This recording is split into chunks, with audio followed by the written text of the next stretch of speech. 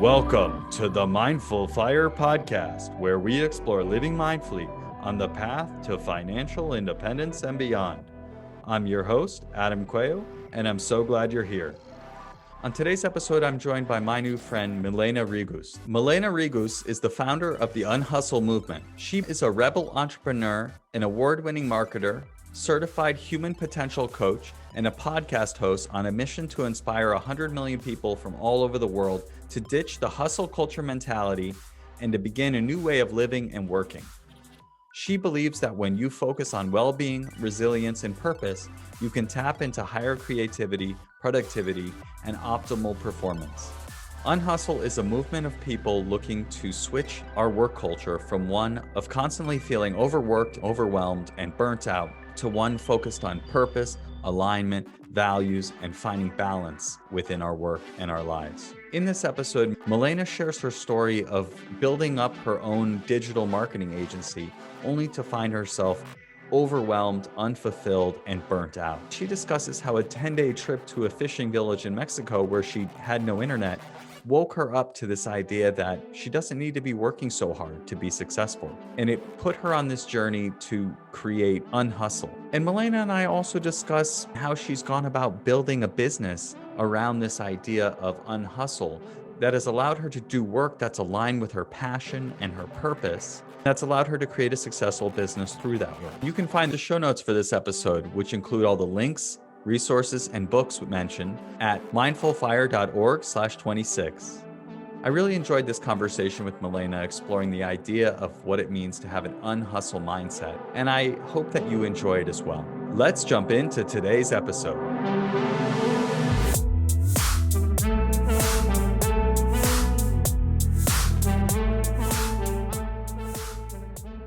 Welcome to the Mindful Fire podcast, Milena.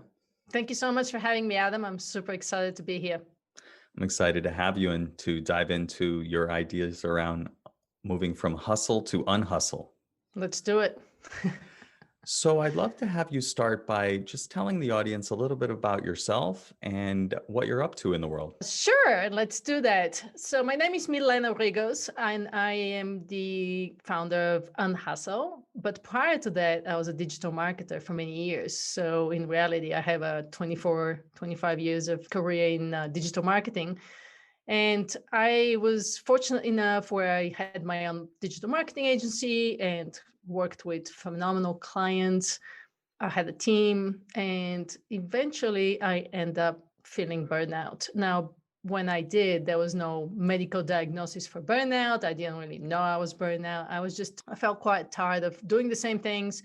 And I realized that technology was really scrambling my brain because I was on social media all the time. And I was looking at one screen versus another. I was constantly on some kind of social network. And what that did to my brain is really impacted my focus, my clarity. I was constantly feeling distracted. So when that happened, I realized that what I'm doing is really not sustainable. I had to do something to change my life. Obviously, it affected some health issues, digestive problems, adrenal glands. I was constantly in a state of stress. So bottom line, we know now I was burnout. What I did to change that started with what turned out to be a digital detox 10-day trip to Mexico. I didn't realize it was going to be digital detox. I probably would have never gone had I known this. I wasn't going to have access to any internet. But so it happened that I went to a small fishing village and there was no internet there. So when that happened, probably took 7-8 days for me to realize, to gain some clarity around what my values are and around what I want to do with my life. And so when that happened, I realized that I needed to connect with a much bigger purpose in life. And eventually Unhustle was born out of that journey. Obviously it took me a few years to figure out exactly what I wanted to do. And when I talk about Unhustle, I see this hustle culture as a really big problem, especially for entrepreneurs, but also for professionals. We're constantly barraged with the fact that we need to work harder, work longer. It's the only way to really be successful and attain some kind of level of joy and fulfillment and happiness. And I don't agree with that. And this is what I'm standing against, this notion that we constantly need to be working. Because what I'm seeing as a result is that 80% of us, especially in America, are stressed out. a third of us are burned out, and 85% of us don't like our jobs. So obviously, the way we're currently working is not sustainable. The pace is not sustainable, and we need to do something differently. And so I started going down this journey of how do we go about doing different, working different, what's our new way of living and working, so that we can still achieve what we want to achieve in life. So we can still get our work done, get the most important work done, but also have a life. And I've gone and developed this Unhustle framework to show people that it's actually doable. And I did it with other people's stories. I start researching what other people and companies are doing. And surprisingly enough, there is a different way of doing what we're currently doing and working and living in a very different way. Got it. And so now, as this idea has morphed into a business, what does your work look like today with Unhustle? These days, I don't work more than 6 hours a day. I take time off very seriously because I realized that I got deep into neuroscience, deep into mindfulness, deep into a flow and how to work in a state of flow. And I realized that you can actually, by training your focus and training your attention, you can accomplish so much more in a lot less time. And this science and studies support that. So for example, there was a 10-year-old study by McKinsey showing that executives who work in a state of flow are 500% more productive than people who don't, which means that you can really get your work done in one day and take the rest of the week off and get more done. So there are other ways that you can. Andrew Barnes from the 4-day Workweek implemented a 4-day Workweek campaign with his company. And he realized that by putting his whole team, 240 people, on a 4-day work week, they were able to focus more, get less distracted, get the work done in less time. I'm talking 4 days of 8 hours, right? No, 4 tens. And have a 3-day weekend. Another example I can give you is like Stefan Arstow, who put his whole team on a 5-hour work day. So shrinking the work day from 8 to 5, and was still able to increase his productivity. So all the science points to the fact that when we take care of our well-being, when we take time away from our computers, we can actually be more creative, more productive, and live a happier, healthier, more fulfilling lives. So that's the direction I'm going with Unhustle. A lot of time when people hear Unhustle, they understand the part of slowing down, they understand the part of self-care, they understand the part of well-being. What they don't always necessarily understand is that connection to an optimal performance. By slowing down, being more mindful, being more intentional, taking time away from work, you can actually tap into a much higher performance, higher creativity, much more innovation, higher intelligence, all these things that are actually declining in the workspace. And so I'm trying to say, we need to tap in our humanity instead of in this notion of hustle if we're to move forward as a society. Yeah, thank you for sharing that. And I'd love to take a step back and talk a little bit about this problem of the hustle culture, right? So, can you talk about why this is a problem, how it shows up in our society? Yeah, certainly. So in America, we call it hustle culture. In Japan, they call it karoshi. In South Korea, there is a word for it. I think it's gwawaza. And basically, all like karoshi in Japan means death by overwork. We're literally killing ourselves by working so many hours. And there's so many cases that come from Japan that show people who get a heart attack or get seriously depressed. Americans work longer hours than Japanese. And that is a scary part. We, as a society, we are glorifying this notion of hustling all the time, of always being busy as a status, as a badge of honor, as a status symbol, as a success symbol. And it comes from the whole notion of working 9 to 5 comes from the industrial age, from Henry Ford, who realized actually that back then people were working 100 hours weeks, but he decided that if he shrinks down the shift from 12 hours to 8 hours, people have more time to enjoy themselves, more time to purchase his cars and go places. But it was also a way for him to establish 3 shifts in the factory. We're no longer going to factories, we're using our brains for work. And studies show that we're most productive when we spend 3 to 5 hours of work when we're seriously using our brains. And that's all the neuroscience and all the studies point to that. But unfortunately, there are some leaders who are pushing this hustle culture mentality, and there's what we call hustle porn stars, and you see it on social media, startup founders sharing their origin stories of how they put 100 hours a week in order to get their startup.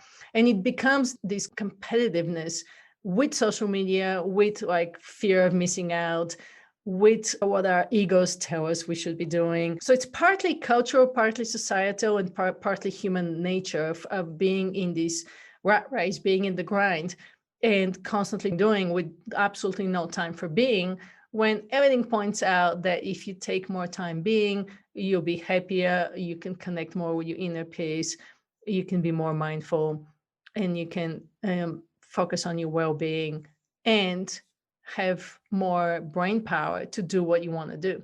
So all of these put together are fascinating to me. It's a very counterintuitive approach to the way we currently look at living and working.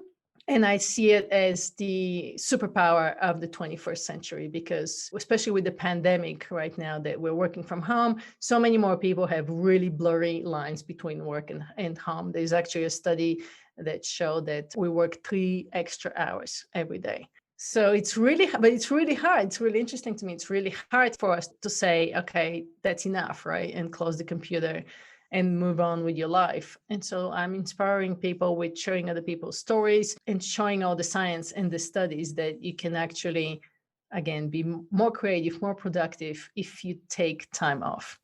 So you can still have a life. You can still have focus on your experiences and relationships and build that 360-degree life, which actually makes you a lot more powerful when it comes to work as well. Yeah. And I'm curious as to, you mentioned the studies have shown that 85% of people hate their jobs. So why are people working so much? If they hate their job, why are they working so much? I think a lot of it is what you are talking about in your podcast, right? Financial independence, money, fear, basically. It comes down to fear of losing your job, fear of not making money, fear of shifting your career. And so we're constantly bombarded with competition, and we're afraid to take our vacations because we're going to get behind, because you're not going to be considered a team player, because somebody else can, get your job. Fear is a big factor in why people are working at their jobs. And sometimes people feel completely stuck, right? They don't think that they can. And I'm not necessarily encouraging people to change careers. I think that's one way of looking at Unhustle, but a more powerful way of looking at it is, how do we go from this unsustainable way of working and living to a more sustainable way? So a little bit of that is on leaders to change the way they expect their employees to show up, changing the way they communicate. We're stuck in emails and social media for 7-8 hours a day, which leaves absolutely no time, and not even talk about meetings and Zoom meetings. And that leaves no time for people to actually get their work done. So there's a way there to change. I don't know if you've seen Cal Newport just released A World Without Email. So he's thinking we need to spend less time in emails and in our inboxes in order to get our work done and go home. There's the technology that we are using is fascinating. The way we're using it is not necessarily the best way we're using it. So we bounce messages back and forth. We spend so much time in our inboxes that our minds are distracted, especially for people in the creative areas. It's really hard to sit down and get some work done that requires your brain to be at an optimal level while you're distracted with emails and meetings all the time. So we end up working longer. But yeah, then there's the fear of, how do I survive if I quit my job? And currently there's so many opportunities for people to move around, and there's definitely a war for talent. So it's the good news for people. And some people, unfortunately, are stuck in working 2-3 hours in order to make ends meet. So Unhustle is definitely more geared towards the knowledge worker, the people who use their brains with computers, as opposed to people who work in, let's say, essential workers, or if you work at a brick and mortar store, you're not going to be able to minimize the hours you work. Yet, Andrew Barnes with the 4-hour movement has shown that even if you're interfacing with customers you can still minimize the amount of time that you work. And a lot of companies are going down that road for a 4-day work week. So balance is an interesting thing, and balance can be found in different places. Whether you have a company or you're working on your own, you can have a little bit more balance. And I'm not saying have balance every day, because that may not be realistic. But if you're doing a sprint and putting some project out there or shipping something, then you could definitely take some time off after that to recover. Yeah. Yeah, I think what stands out to me there is really, even though a lot of people aren't satisfied with their jobs, there is this feeling of just needing to keep up, fear of not keeping up, not doing enough, really not doing enough. And just no matter what, no matter how much you're doing, I'll speak for myself, no matter how much I'm doing, it constantly feels like there's more to do, and just keep running. And that There's always, is exhausting. Exactly. And that's what it comes down to. It's exhausting. There's always going to be more to do. Our to-do lists are not going to get any shorter. Our inboxes are not going to get any fewer unless we all implement a no email policy. So that not enoughness is exactly what shows up. And as a society, we also not necessarily investing into time off as a productive, meaningful activity. It's looked as, oh, you should be feeling guilty if you're not working, right? Or this whole productivity porn that unless you're productive, even on your vacation, or if you're taking time off, you should be doing at least 3 things at the same time, like watching Netflix or scrolling on your Instagram. So all this not enoughness, again, shows up as this hustle culture mentality. But I think as a society, if you look at countries in Northern Europe, for example, Norway, Finland, some of the happiest countries in the world, what I'm seeing is happening in the US is that we're producing more, but we're making less money, if I'm talking from the worker's perspective. So productivity has increased by 60%. Our wages have increased by 11%. So we're working more, not necessarily making more money. We're also spending more money. So our expenses continue to increase because we're chasing that momentary joy, right? Or if I only buy a new car, then I can justify why I'm working so hard. Or if I only upgrade my house or buy new shoes, then I'll feel satisfied. But that is an ego-driven activity, and that goal constantly moves. So you're never really satisfied. Where, with mindfulness, it's more about the inner joy and the inner peace and calm that really makes us happy. Right. So we're chasing more material stuff, which makes us even more behind, which makes us more scared that we can't leave our job. And then also, if you look at happiness, America is way low on the happiness index compared to other countries. So countries like Finland, the happiest country in the world, they have, on a societal level, they have figured out how to offer their citizens more safety. Their kids go to school for free. Their healthcare is free. And so people can actually have that fear we were talking about earlier. They don't have that, so they can actually focus on their work. So there's a lot of things we can talk about from a societal perspective, but I look at it from an individual perspective, right? From a company perspective, from an individual perspective, what can you do to have a little bit more time, space, and fulfillment?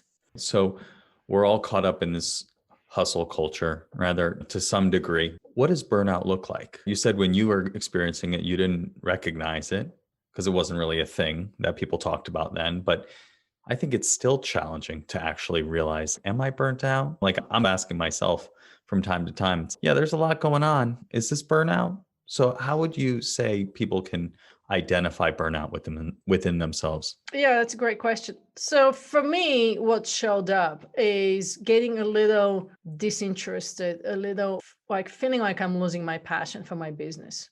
And I love marketing. I still really do. But when I was going through my phase of burnout, I started to resent my company. Or so you're probably resenting your work, or you start to feel very angry with like your colleagues. You start to get a little apathetic about really doing anything. So even like daily chores may seem like a big burden to do. You just can't get motivated. There could be some physical symptoms, whether that's from that chronic stress, because burnout is really chronic stress that you're not managing over a long period of time. So for me, that showed up as adrenal fatigue, showed up as digestive issues. It showed up as not being able to sleep at night. It showed up as lack of focus and lack of motivation during the day to really get anything done. And everything becomes a struggle. And then you're trying to make up for it by spending more time on social media because you get these quick dopamine hits, or you're trying to focus on a project, but in reality, you're thinking about a vacation, right? Because you just need to give your body and your mind a break. So all of these things, like inability to focus, not being able to get motivated, feeling angry, feeling resentful, getting snappy, not being able to maintain your attention. If you're talking with somebody, you might be thinking about different things. Does any of this sound familiar to you? Feeling tired all the time, feeling really tired all the time is a big one. Yeah, you're checking a No lot of energy. boxes. You're checking a lot Yeah. of boxes. Yeah. And so the research shows that talking about a burnout, I tend to think more of as a burnout because we just don't recognize it. And I think we become so automatically conditioned to do what we're doing every day. It's the wake up, work, sleep, repeat mode that we become so conditioned. We're in that program that we can't get ourselves out of that program. And it took me a couple of years to really realize that there's a different way of going through life and through my days. And I was fortunate enough where I was able to disconnect and change my environment. And I told you, we started living in Mexico for 2-3 years out of the year, and I was still working from there, but I was walking barefoot. I was able to swim in the ocean. I was able to eat some fresh food. At the first few years, I had no way to connect to internet because I was working from a coffee shop. And then once I got done with the coffee shop, that was my cutoff time. Even if I wanted to, I couldn't connect to the internet. And to me, that was really pivotal. But not everybody's going to be able to do that. If you're recognizing yourself with some of these symptoms, you may there's a bunch of tests online too that you can take to see if you're burnout. But if you are starting to see the symptoms, I think it's really critical for people to invest more time and energy into burnout prevention, as opposed to try to treat it after the fact, because it kills your brain, it kills your creativity, and you're not able to perform anymore at your job. So if you're afraid if that fear factor is motivating, then it's really critical to do everything you can to prevent burnout, because trust me, it's not fun getting back from it. Yes, and I don't believe in self-care practices as band-aid solutions. If you're thinking, oh, I'm burned out, I'm going to take the weekend off and call it a solution, that's going to work for Monday. When Tuesday comes, you're probably going to be back into the same state. So it's more about lifestyle choices that we need to commit to, like serious long-term solutions that we can talk about. But I look at it more as like your hot bath with salt is going to help for a day, but it's not sustainable unless you commit to doing that like on a very regular basis. Yeah, so let's switch gears and talk about the Unhustle philosophy. Can you tell us a little bit about what that looks like? Is it just about working less, or is there more mindsets and ways of being and thinking and acting that come along with it? Yeah, sure. I've been able to identify 7 pillars with the Unhustle movement that I believe are critical to being able to create a more sustainable life. The first one is what we talked with you so far. It's this unlearning. It's that mindset that hustle culture is not sustainable. If you want to perform at a higher level, you need to shift your mindset as to understanding that it's a marathon, it's not a sprint. Certainly you can do sprints, but then you need to recover. We need to take rest and recovery and playtime as a component to performing at a higher level versus as a subtracting from your work performance. The next one is unplugging. And I don't mean take a 10-day digital detox trip. I think that would be great if you're looking at like how to shift my perspective. Some people are taking a year off the internet, but just because some people are doing that, I don't see it as realistic for a lot. So by unplugging, even like my Unhustle morning rituals that I have as a program, even taking the mornings, taking the first 30 to 60 minutes of your day without looking at your phone. Super hard to do. 86% of us, it's the first thing we do is grab our phones when we wake up. But what that does is it immediately puts you into reactive state, right? So focusing on your most important work first thing in the morning, doing that monk morning so you can actually get your most important work done, and then checking your emails and social media and WhatsApp messages and Slack and all of that stuff is a really good little shift on a day-to-day basis. The third one is unthinking, and that's where the mindfulness comes in, the mindfulness component, but also more a way to look at spending a little bit of time by yourself and spending more time out of your head and into your body.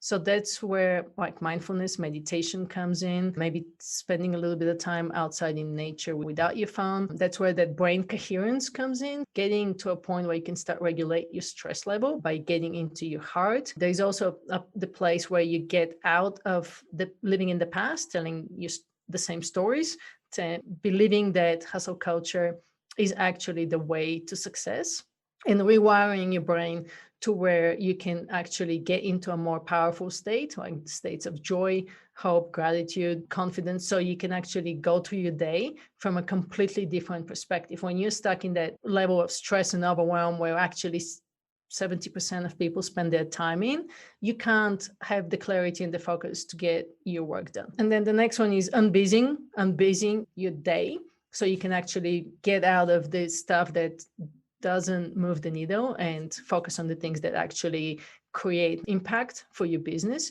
So let's say if you're doing sales calls, getting out of your emails and out of the social media and the distractions and really focusing on your sales calls. That's your job, right? But it's so hard for us to shift sometimes. We find distractions easier to deal with than, or we seek distractions because we don't want to do the work that actually matters. The unwinding component is taking care of your mind and body, eating well, sleeping, all of these things, self-care practices, being able to take care of your biggest asset, your health, so you can actually do the work that you want to do. And the final one is unleashing your human potential. And that's where a lot of the creativity, intelligence, being able to work in a state of flow, being able to shorten your work week comes in. But you can't get to that state until you do the lower level. So that's the pyramid that I've developed to get from a hustle mindset to the unhustle mindset. There's no point of me talking to somebody how to get into a state of flow if they're sleep deprived or if they're constantly in a state of stress. So until you get your mind to work and be able to tap into that mindful creativity, it's really hard to do anything else. Got it. Yeah, that makes a lot of sense. And so if somebody is feeling burnt out, they're starting to notice these symptoms, right? Apathy, lack of motivation, lack of energy, sense of stress. What would you say would be your advice to them to make a shift to move towards the unhustle mindset? Yeah, my advice is to start really slow and make small steps, because habits are really hard to change. And so what I did personally, and what worked for me is not necessarily going to work for you, but I look at the biology and the science behind it. And so to start shifting your habits, what I talked about earlier is like, how do you rewire your brain? What worked for me is like starting with certain rituals in the morning, which is the Unhustle morning practices that I have, which is I develop like the sunrise method. So it's sleep is critical. If you're sleep deprived, it's really hard to snap out of that state. And for that, going outside first thing in the morning to get some daylight on your face, that helps with like melatonin production in the evening so you can fall asleep easier. That's the S in sunrise. U stands for unplugging, again, starting your day without your phone and just getting a little bit more time for yourself in the morning, just to sit with yourself, to maybe have a cup of coffee, a cup of tea, and just to reflect on things, even if you don't have a meditation practice or a mindfulness practice. It's just taking a little bit of time to just connect with yourself. That was a really big one for me because I felt very disconnected from what I wanted to do, what my values are, from what makes me happy. And just take 5 minutes in the morning to just connect with yourself, whether you do some deep breathing, you do a 1-minute meditation, whatever works. The N stands for time in nature. Nature can be really healing. There's forest medicine, forest bathing, that was created in Japan, again, based on science, how healing nature can be. So I spent a lot of time just wandering in the woods and connecting with nature. And when I say connecting with nature, that means engaging all of your senses and making it into a full sensory experience. Like you can't be listening to a podcast or an audiobook if you're in nature. You really want to walk slow and look around and use your ears and your eyes and even touchy feely. And I know it sounds all woo-woo and hippie, but I'm not going to argue with science. Nature is a very powerful healer. The R in Sunrise stands for reading and writing. So if you want to get more into that creative space, there's a lot of written about expressive writing. So journaling is a way to heal. Even 4 days in 20 minutes can be very powerful. So if you're trying to process some old trauma, old emotion, old beliefs, just start journaling. And for reading, I like to just read for like at least 1 page to get inspired, get some inspiration going on for the day. Puts me in a much, much better state to get into a state of flow from my workflow. I stands for intention. So that's a really critical one with burnout. Having clear goals and having some immediate feedback can be very powerful, even if you have a team and you want your people to be more responsive, more clear on what you're asking of them. Clear goals is very critical. And then in terms of intentions, I try to set mine the night before, but I visit them in the morning. So 3 to 9 intentions for the day. I'm pretty good with 2 to 3 in terms of like big goals for each day, and try to be as specific as possible. And then the next one is stillness. This is where like mindfulness, meditation, gratitude come into place. Science show that if you're grateful for 3 things every day for 21 days, you're starting to rewire your brain so you can get more into that state of joy and inner peace and calm. And it's really easy to do. So I would combine that with like my nature walk in the morning. And the final one is E stands for energy. I'm not a big proponent of getting up at 4 a.m. I like to work with my own biological clock, and everyone's going to be different. So I don't wake up with an alarm, but I'd like to start my day with a little bit of energy, a little bit of movement, maybe just like 5-10 minutes of yoga or qigong or just a quick HIIT workout. That's if you're into cold showers, that's your cold shower time, your bulletproof coffee, whatever you can do to get your mind and body at an optimal level before you start working. So these are simple practices, and they're gonna work differently for everybody, but they're all based on science as to what we need in order to be at an optimal performance. And then, I think the biggest one with burnout is do the best you can to take care of yourself without feeling that guilt and shame that you're not being productive all the time. It's the same thing I see over and over again. It's really difficult for people to make that shift, and just know that the science show that when you are not being productive, you're still being productive. When your brain is in that default mode network, you're still processing, your neurons are still wiring. So you're creating new neurons. So you're still being productive. You may not be realizing it. So for example, when I go for a walk, I'm working on my book right now, and I take my dog for a walk and we go for a hike, I'm still thinking about the book, and I come up with more ideas about my book than if I'm sitting on my desk. Yeah, that makes a lot of sense. Let me ask you a question. Please. Tell me how you work. I know you work from home, so tell me a little bit about your workflow and your rituals. And you have a little one, you're parents, you have a full-time job, you're a parent, that you need a little baby. So tell me a little bit about how you work and how you rest. Yeah, that's a good question. I would say chaos is the general work style. Yeah, honestly. Chaos coming, is that self-imposed or is that imposed from your company, the chaos? I just or a little bit of both? I think it's a little bit of both, right? So I'd say I had a time before I had a son that I was doing a morning routine. I read that book, Miracle Morning, I think it's called. Yeah, I have read it. I don't agree with getting up at 4 a.m. It's a different strategy. Oh, yeah. It wasn't certainly getting up at 4 a.m., but I was getting up earlier, and I was carving out that hour or so, and I would meditate and I'd do some exercise and I would journal, do affirmations, practice, stuff like that. And I really felt prepared and centered for the day. I have not gotten back to that as a daily practice in a long time. So basically, my son is my alarm. When he wakes up, if it's my day to get out of bed right away, then I go. And what time is that normally? That's around 8. Okay. So it's not too bad. So you get up at 8 normally? Yeah, around then. Yeah. Okay. What time do you go to bed? That's the challenge. That's the challenge. So do you know your chronotype? I don't think so. Are you a late night person? Yeah, more so than a morning person. Yeah. I work on the podcast a lot at night and editing. So there's 4 different chronotypes. Again, knowing how to work with your energy instead of against it. The 4 chronotypes, and that basically means you sleep to wake times. If you are up at night, you might be a wolf, which means your late evening is your most productive, most creative time. So these are the late night people. And then the early morning people, the 4 a.m. people, they're lions. And then you have bears, who are like, normally you go to bed at 10 and you sleep till about 6. And then there's dolphins, who are the insomniacs. And so these chronotypes, they're basically in your genes, and it's really hard to change your genes.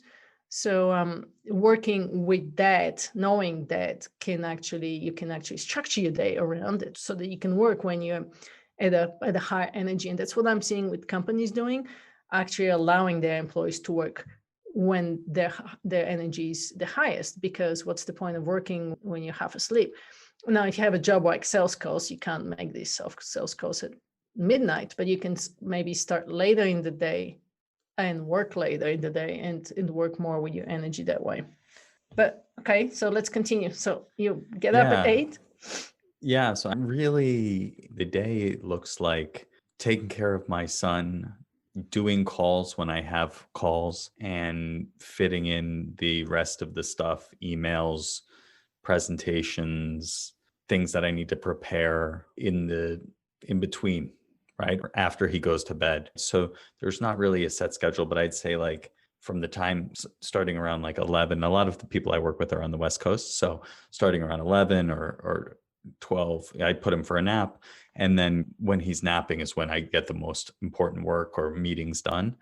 And yeah, it's really just a lot of meetings and then trying to fit the work around the meetings. And so meetings is a big distraction and a big time waster. And that's something I personally have always had a problem with. And I have sometimes gotten myself out of meetings. So sometimes you're in a position to do that and sometimes you're not. But the issue I see with meetings is that they easily take up most of your day and then you have no time to get the work done. So I actually pushed back on meetings when I was working at a company.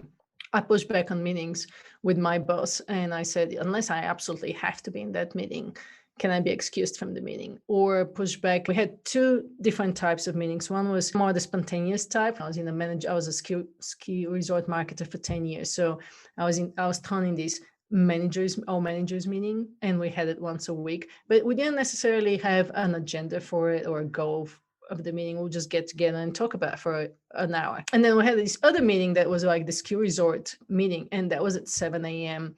where we had a facilitator, we had an agenda, we had a scribe, and it was the way to communicate with everybody at the ski resort. It was a really well organized meeting. No one dared to miss it. So same organization, 2 very different meetings. So I excused myself from the all managers meeting, and I saved about 14 hours a month, consider all the commute time and the socializing before and after and all that stuff.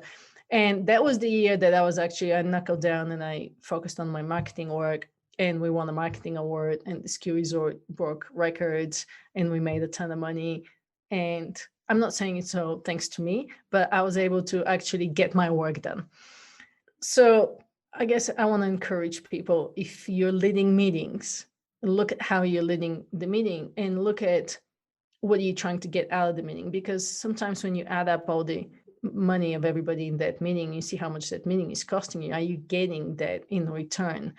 And I think asking people to come to a meeting needs to be extremely well delineated, and where you can have an agenda, have an outcome. And no one is requiring us to have 60-minute meetings. We can have a 17-minute meeting and call it good. It doesn't have to be all 1-hour meetings. Yeah. So it sounds like you have a lot of meetings.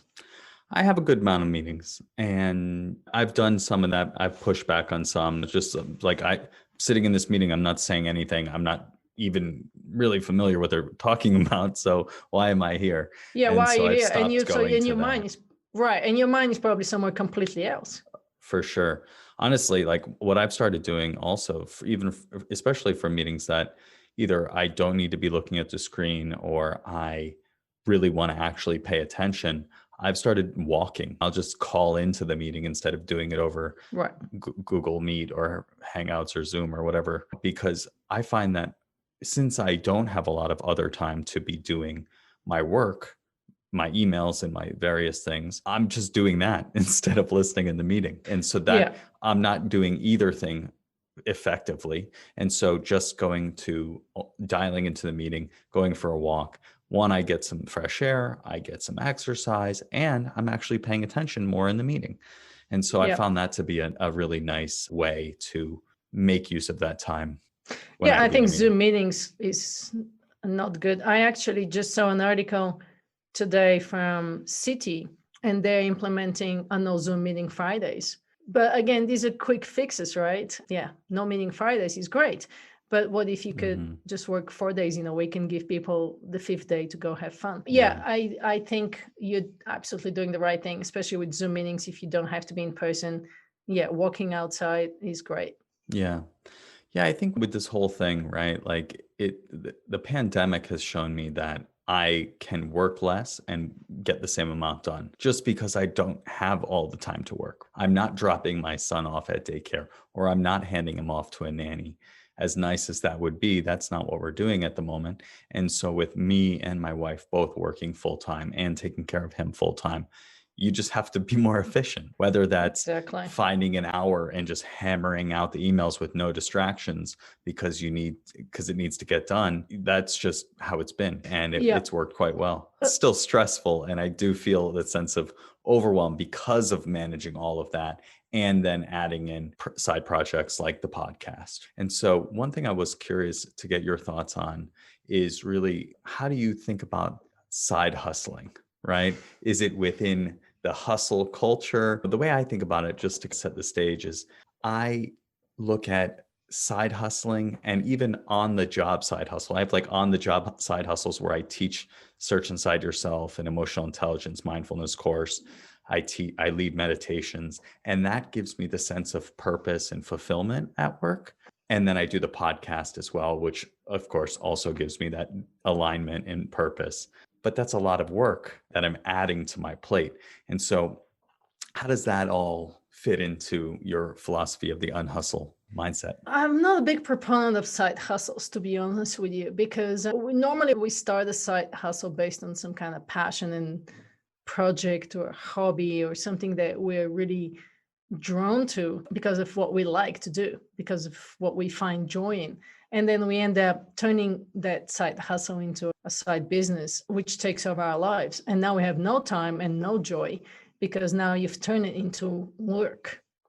And as fun as it is, now you're minimizing your joy and you're minimizing your time off. So when I started my digital marketing agency, I started it as a side hustle while I had a full-time job. And I ended up working, and that's what set the whole speed of how I start working. I start working weekends, I start working nights. And some people say you need to do that until you get it to a point to be financially independent so you can quit your day job. That makes total sense to me. But what are you doing in the meantime to take care of yourself, to have fun, to play? What are you doing in the meantime? So it's not, if you're gonna do that, I think you need to have a very clear deadline of what are you willing to, for how long? Because again, it's not sustainable, right? Because it ends up taking over your life between your full-time job, your full-time parent, and now you have a side hustle, so you have no time for you. So you already mentioned it, you feel overwhelmed, you feel distracted.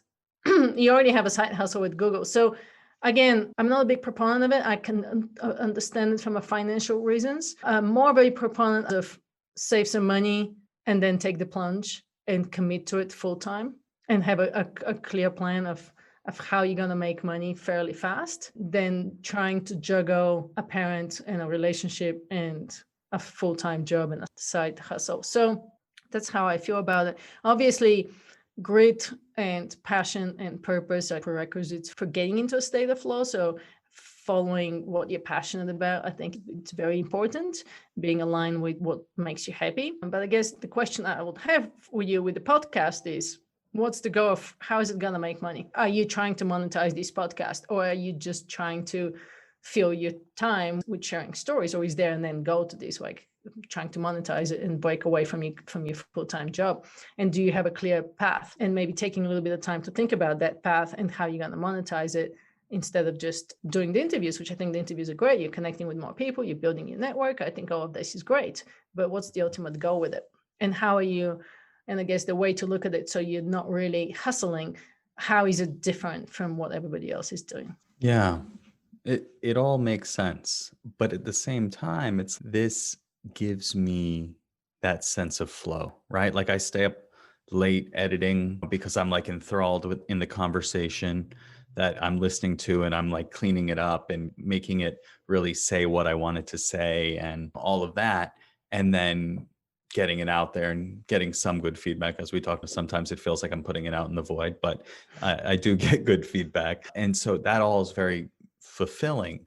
And so it's, yes, I'm adding more time that I'm spending on doing things. And I definitely can relate to the idea of it then going from something I'm doing for fun to then immediately, okay, how does this turn into a business? And how does this lead to me doing it after leaving Google eventually or whatever? And maybe it doesn't need to be monetized. Maybe it's just you're doing it just for the sake of doing it. I on the one hand, I'd like to think that I'm doing it for that, but on the other hand, I do love to make money. But the thing is that I'm really exploring this as, what do I actually care about? What would I want to be spending my time doing when I'm not working for Google because I've reached financial independence? I don't know where I was going with that. I'm trying to bring it back to like, how does Unhustle fit with financial independence, retire early movement? Because I'm thinking that if I don't need to worry about money, then I can invest my time and energy in projects that I want to work on, and I can do it in an unhustled way where I'm not stressing to grow super fast, or because I need investors to be happy, or because I need to put food on the table. I'm doing it because I am interested and curious and connecting with people. Like, how do you think about that balance of where Unhustle fits in with the FIRE movement? Great question. For one, I'm not planning on retiring anytime soon. I think living your life with purpose includes doing some kind of work that contributes to society. And by any means, I'm not rich and I'm not financially independent. I do have a husband who has a full-time job, and that's great. When I started on Hustle, I was very stressed out to, okay, how do we make money? How does Hustle make money? And to be honest with you, I finally had to switch my whole perspective around it, because in Hustle, I'm doing it from such a place of purpose and contributing to society. I ended up focusing on just that, contributing to society and what I do to connect and be curious. And I get messages every day from people saying the world needs this message so much. So I actually focused on the process and not the final outcome. And when I did that, money started to flow in. It was really interesting. Before, I was really focused on, okay, now I got to make money with this because I really need to quickly refill the income I was bringing back with the digital marketing.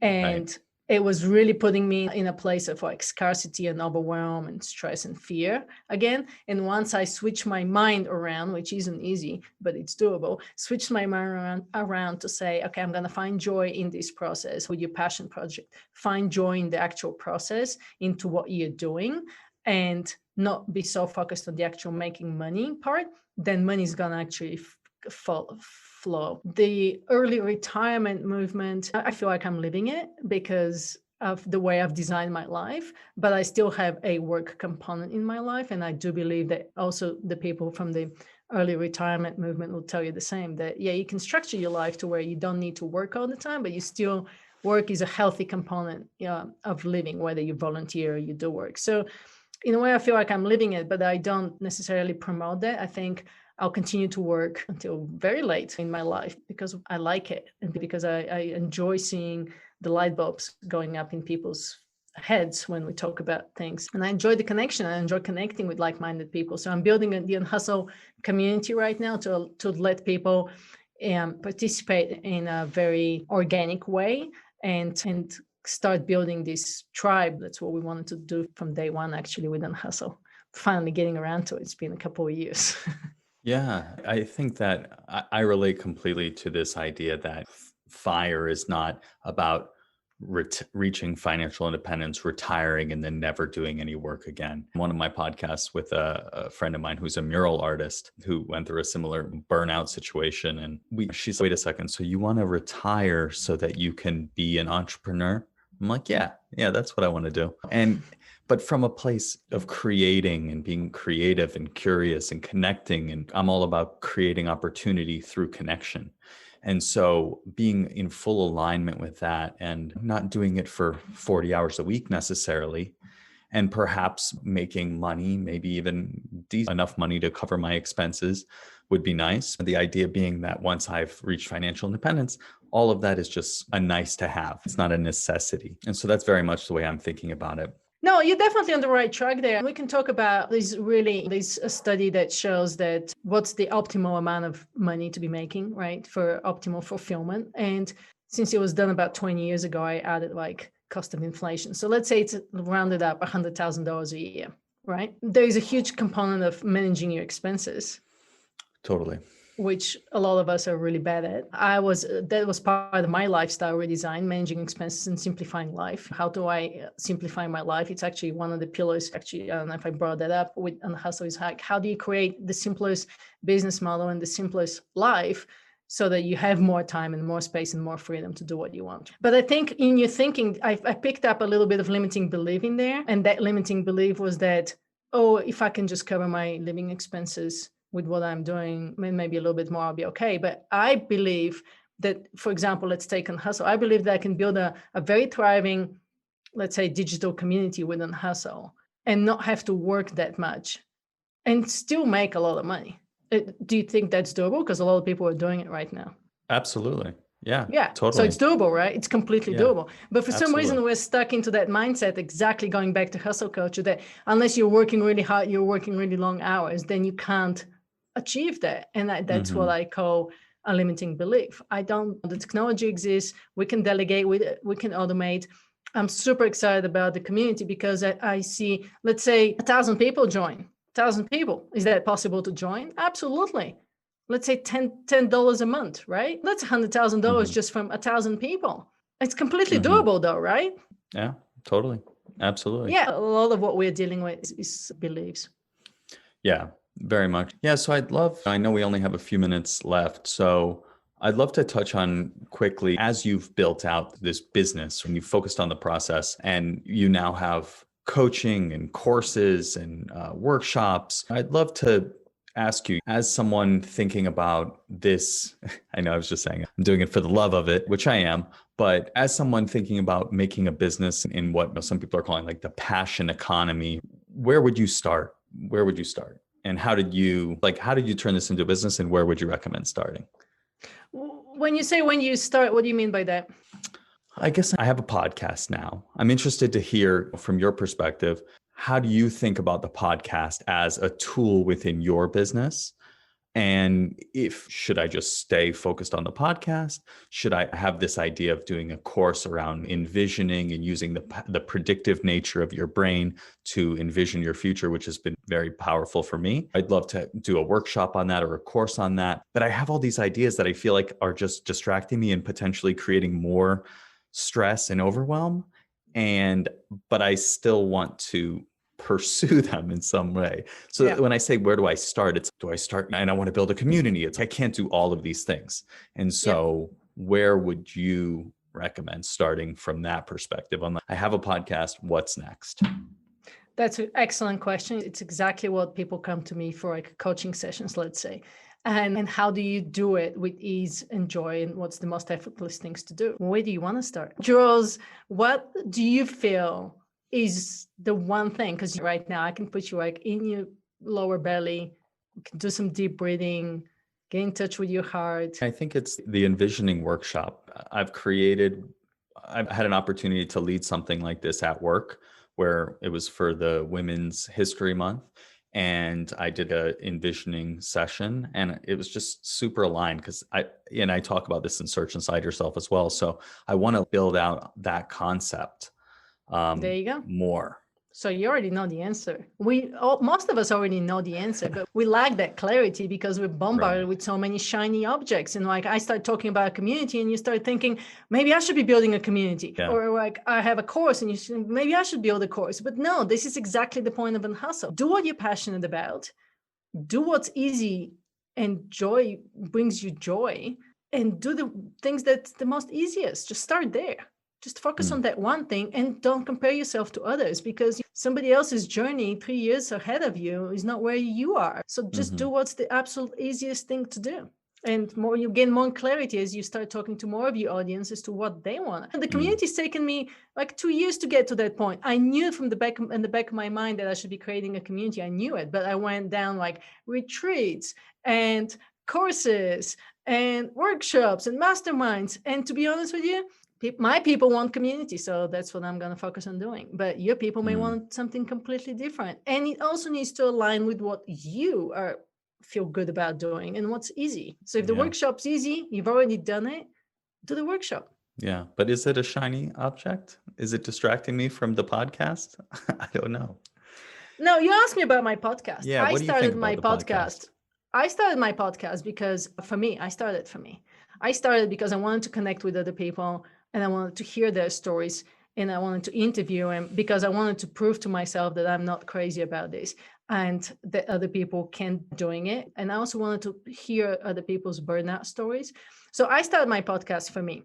Obviously, I ended up recording it. I don't do any editing in my conversations. It's a very easy flow. We record. I send it to a guy who helps me out for free, who puts the intro and the outro, and it gets up there. So I'm now using some of it for my book. And I've loved all the conversations I started. I've shared on it. It's also content marketing. So in a way, it's a content marketing vehicle for what I'm doing. That was my reason for starting the podcast. I also think it's a very powerful way to share other people's stories out there. But I didn't start the podcast to monetize the podcast. There's so many podcasts out there. Obviously, people have a lot of choices, and it could really easily turn into a full-time job. It's a lot of work that involved. Good on you for not editing, because it takes a lot of time. I don't edit. Yeah, it's a raw conversation. People can eavesdrop. It is what it is. Yeah. Okay.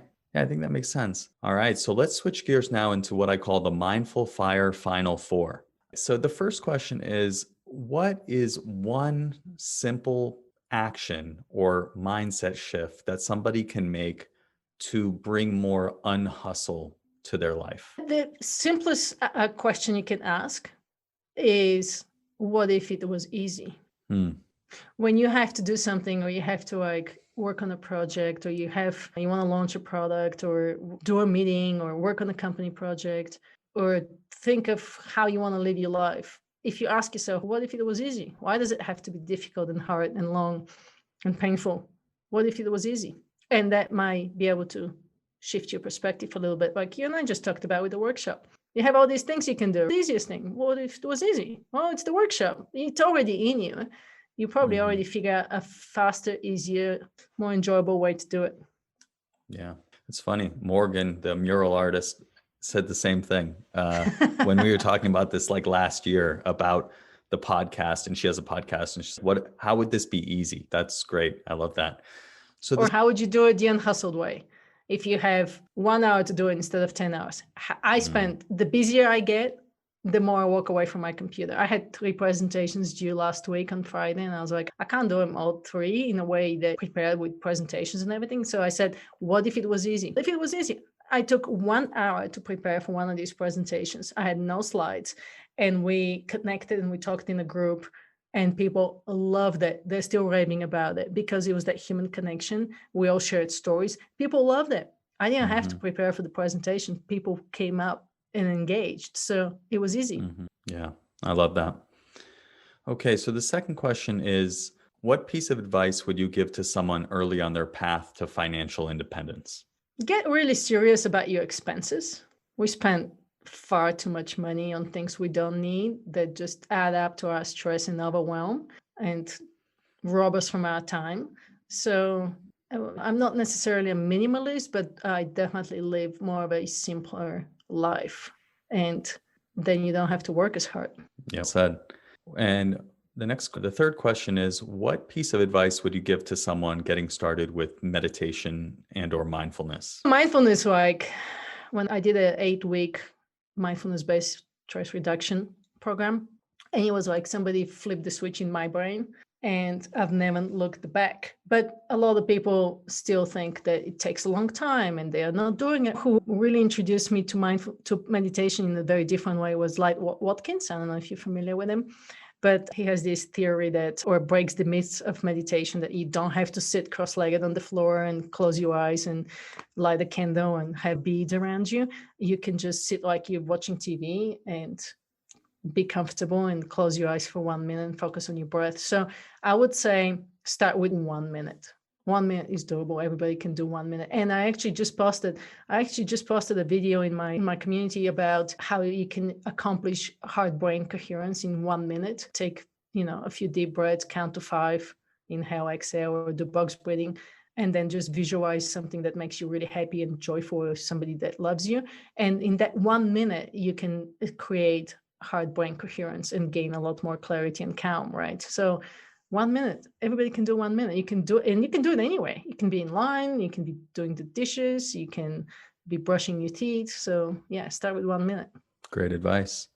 And the last question is, how can people find you online and connect with what you're working on? Yeah, super simple. Unhustle.com.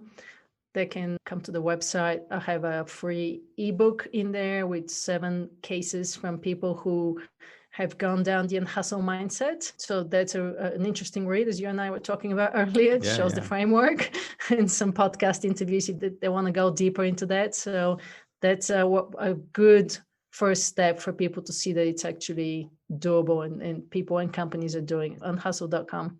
Yeah, absolutely. Definitely would recommend getting that free ebook. I read it last night and really enjoyed it. Really well written. Thanks. All right, Milena, thank you so much for sharing your wisdom with us and for joining me on the Mindful Fire podcast. Thank you so much, and I wish you good luck with everything you're doing. Thanks so much for joining me today on the Mindful Fire podcast. I hope you enjoyed this conversation with Milena Regos. As a reminder, you can get the show notes for this episode at mindfulfire.org/26.